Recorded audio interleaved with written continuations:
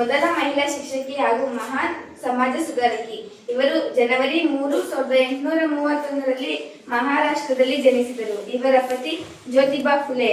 ಶಿಕ್ಷಣ ಕ್ರಾಂತಿ 1848ರಲ್ಲಿ ಪುಣೆಯಲ್ಲಿ ಬಾಲಕಿಯರಿಗಾಗಿ ಮೊದಲು ಶಾಲೆ ಪ್ರಾರಂಭಿಸಿದರು. ಸಾಮಾಜಿಕ ಹೋರಾಟ, ಬಾಲಕಿಯರ ಶಿಕ್ಷಣ, ವಿವಾದ ಪುನರ್ವಿವಾಹ, ವಿಧವಾ ಪುನರ್ವಿವಾಹ, ಜಾತಿ ಭೇದ ವಿರೋಧ, ರೈತ ಹುಡುಗಿಯರ ತರ ಇರಲಿಲ್ಲ. ಅವಳಿಗೆ ಚಿಕ್ಕಂದಿನಿಂದಲೂ ಓದೋದು ಬರೆಯೋದು ಅಂದ್ರೆ ತುಂಬಾ ಆಸಕ್ತಿ. ಆದ್ರೆ ಆಗಿನ ಕಾಲದಲ್ಲಿ ಹೆಣ್ಣು ಮಕ್ಕಳು ಓದೋ ಹಾಗಿರಲಿಲ್ಲ. ಒಂದು ವೇಳೆ ಹೆಣ್ಣು ಮಗಳು ಓದೋಕೆ ಪ್ರಯತ್ನ ಪಟ್ಟರೆ ಅವಳ ಗಂಡನ ಆಹಾರವಾಗಿರದೆ ವಿಷವಾಗಿ ಬದಲಾಗುತ್ತೆ ಅನ್ನೋ ನಂಬಿಕೆ ಇರುತ್ತದೆ. ಆಗ ಒಂದಿನ ಸಾವಿತ್ರಿಬಾಯಿ ಮನೆಯಲ್ಲಿ ಕೂತು ಪುಸ್ತಕವನ್ನ ಓದಬೇಕಾದ್ರೆ ಅವಳ ತಂದೆ ಪುಸ್ತಕವನ್ನ ಕಿತ್ಕೊಂಡು ಬೆಂಕಿಗೆ ಎದ್ದು, ಮಗಳೇ, ನಮ್ಮ ದಲಿತ ಜಾತಿಯವರಿಗೆ ಓದೋಕೆ ಬರೆಯೋಕೆ ಅಧಿಕಾರವಿಲ್ಲ ಅಂತ ಹೇಳ್ತಾರೆ. ಆಗ ಸಾವಿತ್ರಿಬಾಯಿ ಮನದಲ್ಲಿ ಅನೇಕ ಪ್ರಶ್ನೆಗಳು ಹುಟ್ಟುಕೊಂಡಿದ್ವು. ಹೀಗಿದ್ದಾಗೆ ಕೇವಲ 9 ವರ್ಷ ವಯಸ್ಸಿನ ಸಾವಿತ್ರಿಬಾಯಿಗೆ 13 ವರ್ಷ ವಯಸ್ಸಿನ ಜ್ಯೋತಿಬಾಯಿ ಫುಲೆಯೊಂದಿಗೆ ಮದುವೆ ಮಾಡ್ತಾರೆ. ಆದ್ರೆ ಸಾವಿತ್ರಿಬಾಯಿ ಫುಲೆಗೆ ನಾನು ಓದ್ಬೇಕು ಬರಿಬೇಕು ಅನ್ನೋ ಹಂಬಲ ಕಾಡ್ತಾನೆ ಇತ್ತು. ಅದು ಅವಳ ಗಂಡ ಜ್ಯೋತಿಬಾಯಿ ಫುಲೆಗೆ ಅರ್ಥವಾಗುತ್ತೆ. ಆಗಿನ ಕಾಲದಲ್ಲಿ ಹೆಣ್ಣು ಮಕ್ಕಳು ಓದೋ ಹಾಗಿಲ್ಲ ಅಂತ ಗೊತ್ತಿದ್ರು ಕೂಡ ತನ್ನ ಪತ್ನಿ ಸಾವಿತ್ರಿಬಾಯಿ ಫುಲೆ ಹತ್ರ ಬಂದು, ನಾನು ನನಗೆ ಓದೋದು ಬರೆಯುವುದನ್ನ ಹೇಳಿಕೊಡ್ತೀನಿ ಅಂತ ಹೇಳ್ತಾರೆ. ಈ ರೀತಿ ಸಾವಿತ್ರಿಬಾಯಿ ಫುಲೆಯವರ ವಿದ್ಯಾಭ್ಯಾಸ ಶುರುವಾಯಿತು. ಪತಿಗೆ ಪತ್ನಿಗೆ ಮೊದಲ ಗುರುವಾದರು. ಗಂಡನ ಸಹಯೋಗದಿಂದ ಸಾವಿತ್ರಿಬಾಯಿ ಫುಲೆ ತಮ್ಮ ಶಿಕ್ಷಣವನ್ನ ಪೂರ್ತಿಗೊಳಿಸಿದ್ರು. ಆದ್ರೆ ಸಮಾಜದಲ್ಲಿ ಮಹಿಳೆಯರ ಮೇಲೆ ನಡೆಯುತ್ತಿದ್ದ ದಬ್ಬಾಳಿಕೆಗಳು ಕಡಿಮೆಯಾಗಿರಲಿಲ್ಲ. ಒಂದು ದಿನ ವಿಧವೆಯೊಬ್ಬಳು ಕೆರೆಗೆ ಹಾರಿ ಸಾಯುವುದಕ್ಕೆ ಪ್ರಯತ್ನ ಪಡ್ತಿದ್ದಾಳೆ. ಅದನ್ನ ಕಂಡಂತ ಜ್ಯೋತಿಬಾಯಿ ಫುಲೆಯವರು ಅವಳು ಸಾಯುವುದನ್ನ ತಡೀತಾರೆ.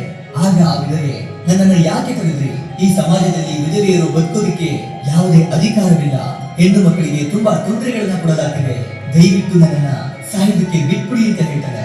ಆ ವಿಧವೆಯ ನೋವಿನ ಮಾತುಗಳನ್ನ ಕೇಳಿ ಜ್ಯೋತಿಬಾಯಿ ಫುಲೆಯವರಿಗೆ ತುಂಬಾ ನೋವಾಗುತ್ತೆ.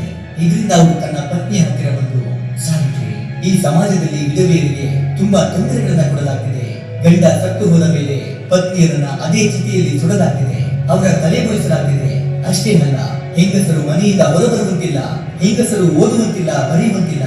ಹೀಗೆ ಹೆಂಗಸರ ಮೇಲೆ ಅನೇಕ ದೌರ್ಜನ್ಯಗಳು, ದಬ್ಬಾಳಿಕೆಗಳು ನಡೆಯುತ್ತಿವೆ. ಇದೆಲ್ಲವನ್ನ ನನ್ನ ಕಣ್ಣಿಂದ ನೋಡಲಾಗುತ್ತಿಲ್ಲ. ಇದೆಲ್ಲದಕ್ಕೂ ಒಂದೇ ದಾರಿ, ಹೆಣ್ಣು ಮಕ್ಕಳಿಗೆ ಶಿಕ್ಷಣವನ್ನ ಕೊಡಬೇಕು. ಆ ಕೆಲಸವನ್ನ ನಾವೇ ಮಾಡೋಣ.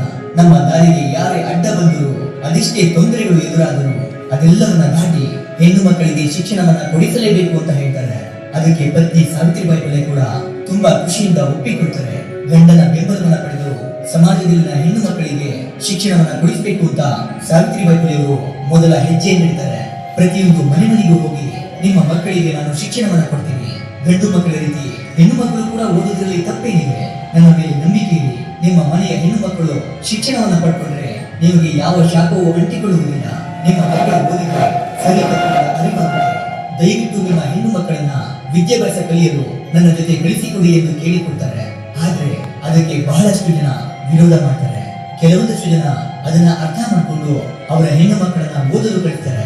ಆದ್ರೆ ಸಾವಿತ್ರಿಬಾಯಿ ಫುಲೆಯವರು ಹೆಣ್ಣು ಮಕ್ಕಳಿಗೆ ಓದೋದನ್ನ ಬರೆಯೋದನ್ನ ಕಲಿಸೋಕೆ ಪ್ರಯತ್ನ ಪಡ್ತಿದ್ದಾರೆ ಅನ್ನೋ ವಿಷಯ ತಿಳಿದಂತ ಊರಿನ ಮುಖಂಡರುಗಳು, ಧರ್ಮಗುರುಗಳು ಸಾವಿತ್ರಿಬಾಯಿ ಫುಲೆಯವರನ್ನ ತಡೆದು, ನೀನು ಹೆಣ್ಣು ಜಾತಿಗೆ ಕಳಂಕ, ನೀನು ಹಾಳಾಗುವುದಲ್ಲದೆ ಹೆಣ್ಣು ಮಕ್ಕಳಿಗೆ ವಿದ್ಯಾಭ್ಯಾಸವನ್ನ ಕಲಿಸಿ ಇನ್ನೂ ಅತಿ ದೊಡ್ಡ ಪಾಪ ಮಾಡುತ್ತಿದ್ದೀಯಾ ಎಂದು ಹೇಳುತ್ತಾರೆ. ಆಗ ಸಾವಿತ್ರಿಬಾಯಿ ಫುಲೆಯವರು ಹೆಣ್ಣು ಓದುವುದು ಕಲಿಯುವುದು ಪಾಪನ, ಹೆಣ್ಣು ಯಾಕೆ ಓದಬಾರ್ದು ಅಂತ ಅವರಿಗೆ ಪ್ರಶ್ನೆ ಮಾಡ್ತಾರೆ.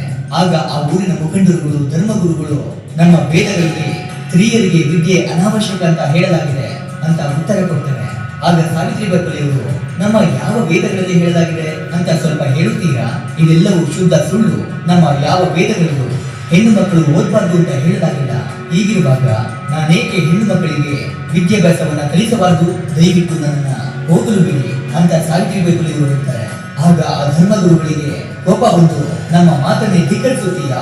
ನಮ್ಮ ಮಾತನ್ನ ಮೀರಿ ಹೆಣ್ಣು ಮಕ್ಕಳಿಗೆ ವಿದ್ಯಾಭ್ಯಾಸವನ್ನ ಕಲಿಸುವಷ್ಟು ಧೈರ್ಯವಾದ ನನಗೆ ಇವಳನ್ನ ಹೀಗೆ ಬಿಡಬಾರ್ದು ಅಂತ ಸಾವಿತ್ರಿಬಾಯಿ ಫುಲೆಯವರಿಗೆ ಪ್ರತಿಯೊಬ್ಬರು ಕಲ್ಲುಗಳನ್ನ ಜೋರಾಗಿ ತೂರಿ ಹೊಡೆಯುತ್ತಾರೆ. ಅದರಿಂದ ಸಾವಿತ್ರಿಬಾಯಿ ಫುಲೆಯವರಿಗೆ ಮೈಯೆಲ್ಲ ಗಾಯವಾಗುತ್ತೆ.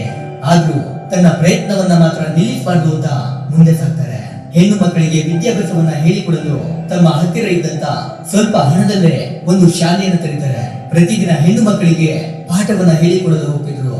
ಆದ್ರೆ ಇವಳನ್ನ ಹೇಗಾದ್ರೂ ಮಾಡಿ ತಡಿಬೇಕು ಅಂತ ಮೂಢನಂಬಿಕೆಯಲ್ಲಿ ಮುಳುಗಿ ಹೋಗಿದ್ದಂತ ಜನಗಳು ಸಾವಿತ್ರಿಬಾಯಿ ಅವರಿಗೆ ಸಗಣಿಯನ್ನ ಇರುತ್ತಾರೆ, ಕೆಸರನ್ನ ಇರುತ್ತಾರೆ, ಅಷ್ಟೇ ಅಲ್ಲ ಕಲ್ಲುಗಳಿಂದ ಹೊರುತ್ತಾರೆ. ಹೀಗೆ ಜನಗಳು ಎಷ್ಟೇ ಅವಮಾನ ಮಾಡಿದ್ರು ಸಾವಿತ್ರಿಬಾಯಿ ಫುಲೆಯವರು ಹೆಣ್ಣು ಮಕ್ಕಳಿಗೆ ಶಿಕ್ಷಣವನ್ನ ಕೊಡೋದನ್ನ ಮಾತ್ರ ನಿಲ್ಲಿಸೋದಿಲ್ಲ. ನಾನು ಪಾಠ ಮಾಡಲು ಶಾಲೆಗೆ ಹೋಗುವಾಗ ಜನಗಳು ನನ್ನ ಮೇಲೆ ಕೆಸರನ್ನ ಎಸೆತಾರೆ, ಸಗಣಿಯನ್ನ ಎಸೆತಾರೆ ಅನ್ನೋ ಕಾರಣಕ್ಕೆ ಸಾವಿತ್ರಿಬಾಯಿ ಫುಲೆಯವರು ತಮ್ಮ ಜೊತೆ ಮತ್ತೊಂದು ಸೀರೆಯನ್ನ ತಗೊಂಡು ಹೋಗ್ತಿದ್ರಂತೆ. ಜನಗಳು ಸಾವಿತ್ರಿಬಾಯಿ ಫುಲೆಯವರ ಮೇಲೆ ಸಗಣಿಯನ್ನ ಕೆಸರನ್ನ ಎಸೆದ ಮೇಲೆ ಶಾಲೆಗೆ ಹೋಗಿ ಅವರು ಮತ್ತೊಂದು ಸೀರೆಯನ್ನ ಹುಟ್ಟು ಮಕ್ಕಳಿಗೆ ಪಾಠ ಮಾಡ್ತಾರೆ. ಹೀಗೆ ಶಾಲೆಯಲ್ಲಿ ತುಂಬಾ ಕಡಿಮೆ ಸಂಖ್ಯೆಯಲ್ಲಿದ್ದಂತ ಹೆಣ್ಣು ಮಕ್ಕಳ ಸಂಖ್ಯೆ ಬರಬರುತ್ತಾ 150ಕ್ಕೂ ಹೆಚ್ಚು ವಿದ್ಯಾರ್ಥಿನಿಯರು ಓದುವ ಹಾಗೆ ಕಾಲ ಬದಲಾಗುತ್ತೆ.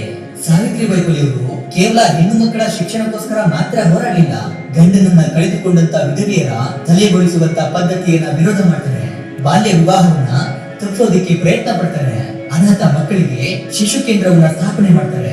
ಶಿಕ್ಷಣ ಕ್ಷೇತ್ರದಲ್ಲಿ ಸಾವಿತ್ರಿಬಾಯಿ ಫುಲೆಯವರ ಸಾಧನೆಯನ್ನ ಕಂಡಂತ ಬ್ರಿಟಿಷ್ ಸರ್ಕಾರ ಇಂಡಿಯಾಸ್ ಫಸ್ಟ್ ಲೇಡಿ ಟೀಚರ್ ಎಂಬ ಬಿರುದನ್ನ ಕೊಟ್ಟು ಗೌರವಿಸುತ್ತೆ. ಆದ್ರೆ ಹೀಗೆ ಒಂದಿನ ವಿಧವೆಯೊಬ್ಬಳು ಗರ್ಭವತಿಯಾಗಿರುತ್ತಾಳೆ. ಗಂಡ ಸತ್ತ ನಂತರ ವಿಧವೆ ಗರ್ಭವತಿಯಾಗಲು ಹೇಗೆ ಸಾಧ್ಯ ಎಂಬ ಈ ವಿಷಯ ತಿಳಿದರೆ ಈ ಸಮಾಜ ನನ್ನನ್ನ ತುಂಬಾ ಕೀಳಾಗಿ ನೋಡುತ್ತೆ ಎಂಬ ಭಯದಿಂದ ಬೇರೆ ದಾರಿ ಇಲ್ಲದೆ ವಿಧವೆಯೊಬ್ಬಳು ಆತ್ಮಹತ್ಯೆಗೆ ಪ್ರಯತ್ನ ಮಾಡ್ತಿರ್ಬೇಕಾದ್ರೆ ಆ ವಿಧವೆಯನ್ನ ಸಾವಿತ್ರಿಬಾಯಿ ಫುಲೆಯವರು ತಡೆದು ಆ ವಿಧವೆ ಒಂದು ಗಂಡು ಮಗುವಿಗೆ ಜನ್ಮ ಕೊಟ್ಟ ನಂತರ ಸಾವಿತ್ರಿಬಾಯಿ ಫುಲೆಯವರು ಆ ಮಗುವನ್ನ ತನ್ನ ಮಗು ಅಂತ ಭಾವಿಸಿ ಆ ಮಗುವಿಗೆ ಯಶವಂತರಾವ್ ಎಂಬ ಹೆಸರಿಟ್ಟು ಆ ಮಗುವನ್ನ ಸಾಕಿ ಡಾಕ್ಟರ್ ಮಾಡ್ತಾರೆ. ಈ ರೀತಿ ಅನೇಕ ಶೋಷಣೆಗಳ ವಿರುದ್ಧ ಸಾವಿತ್ರಿಬಾಯಿ ಫುಲೆಯವರು ತಮ್ಮ ಹೋರಾಟವನ್ನ ನಡೆಸ್ತಾನೆ ಇರ್ತಾರೆ. ಆ ಸಮಯದಲ್ಲಿ ಪ್ಲೇಗ್ ಎಂಬ ಮಹಾಮಾರಿ ಇಡೀ ಪ್ರಪಂಚಕ್ಕೆ ತುಂಬಾ ವೇಗವಾಗಿ ಹರಡುತ್ತೆ. ಜನಗಳು ಪ್ಲೇಗ್ ಕಾಯಿಲೆಯಿಂದ ನರಳುವಂತ ಪರಿಸ್ಥಿತಿ ಬರುತ್ತೆ. ಆ ಪ್ಲೇಗ್ ಕಾಯಿಲೆ ಅಂಟು ರೋಗ ಆಗಿದ್ರಿಂದ ಯಾರಿಗೆ ಆ ಕಾಯಿಲೆ ಬರುತ್ತೋ ಅವರನ್ನ ಬಿಟ್ಟು ಸ್ವಂತದವರೇ ದೂರಕ್ಕೆ ಓಡಿ ಹೋಗ್ತಿದ್ರು.